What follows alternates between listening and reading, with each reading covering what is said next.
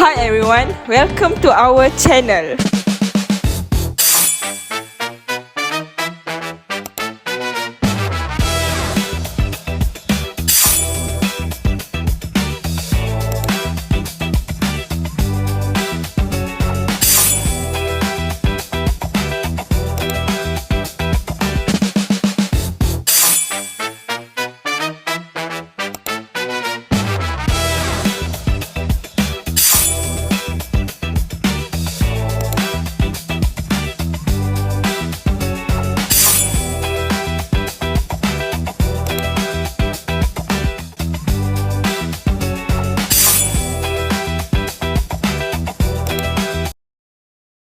Today, we are exploring decolonization of knowledge, what it means, why it matters, and how local wisdom compares with dominant Western ideas of knowledge.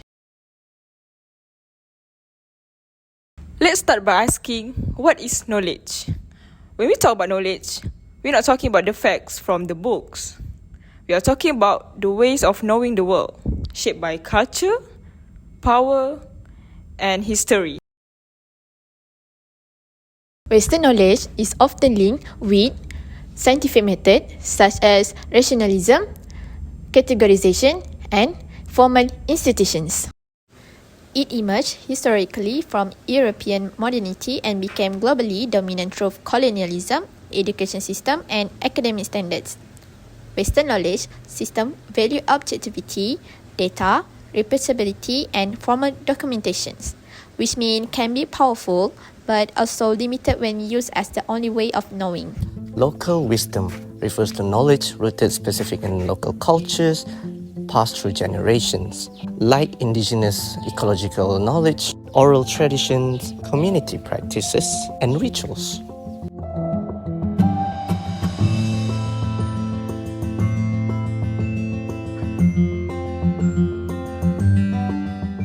It is relational, practical, and often holistic, connecting people to land, communities, and time in many ways Western science might overlook. For example, many indigenous communities have developed deep understanding of ecosystems over centuries, knowledge that complements and sometimes challenges Western scientific assumptions. The issue is Western knowledge itself is not inherently bad. However, many people have treated it as gospel, believing it's the only knowledge system that matters. This sidelining of knowledge system is part of a process called epistemicide. Epistemicide is an erasure and eradication of a knowledge system from subjugated communities while centering those from the privileged.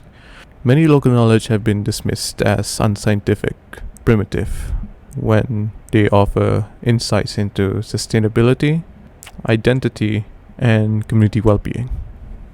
We can look at the current genocide of Palestine as an example of epistemicide. Israel has made numerous attacks on schools and universities with the excuse of attacking Hamas base. In reality, they attack these sites because they hold knowledge and history Israel wished to eliminate in efforts to dehumanize the Palestinian.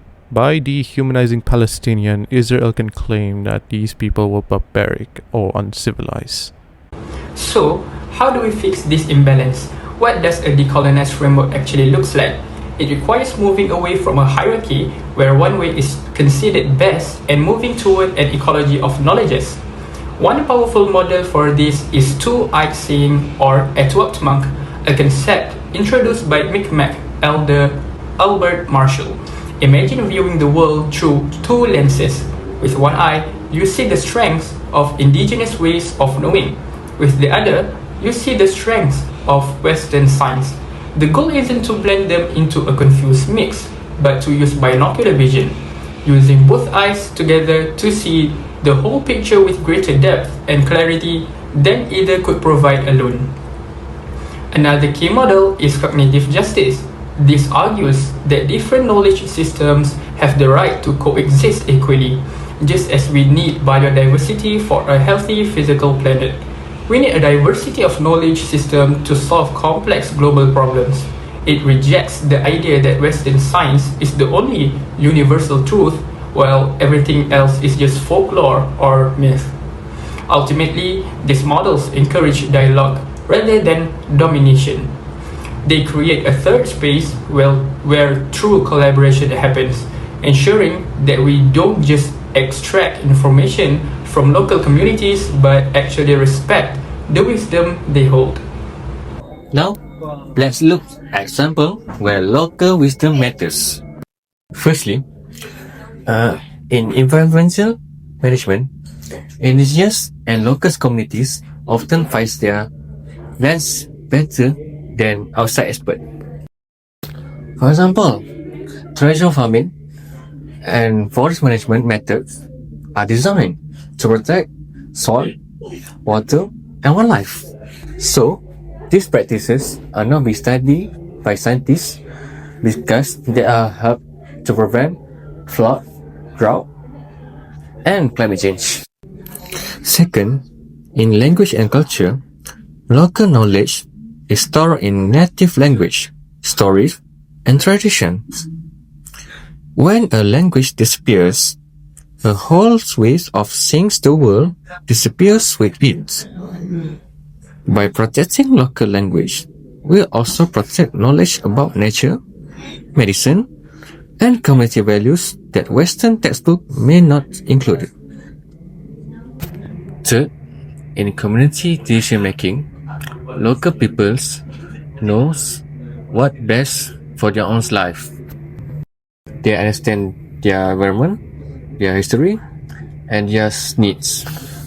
When organization and government listen to local wisdom, projects become more successful and more respectful. These examples show that local knowledge is not outdated or unimportant. It is practical, meaningful, and essential for building a more sustainable and fair world. To wrap up, decolonizing knowledge doesn't mean rejecting Western science. It means expanding our idea of what counts as knowledge and follow multiple choices. We can build a richer, fairer understanding of the world when we listen to diverse perspectives. So today's challenge, think about your own learning. Where does your knowledge come from? Whose voice are the loudest? And who gets left out? If you learn something, hit like, share, and let us know in the comment what local wisdom you think deserves more recognition.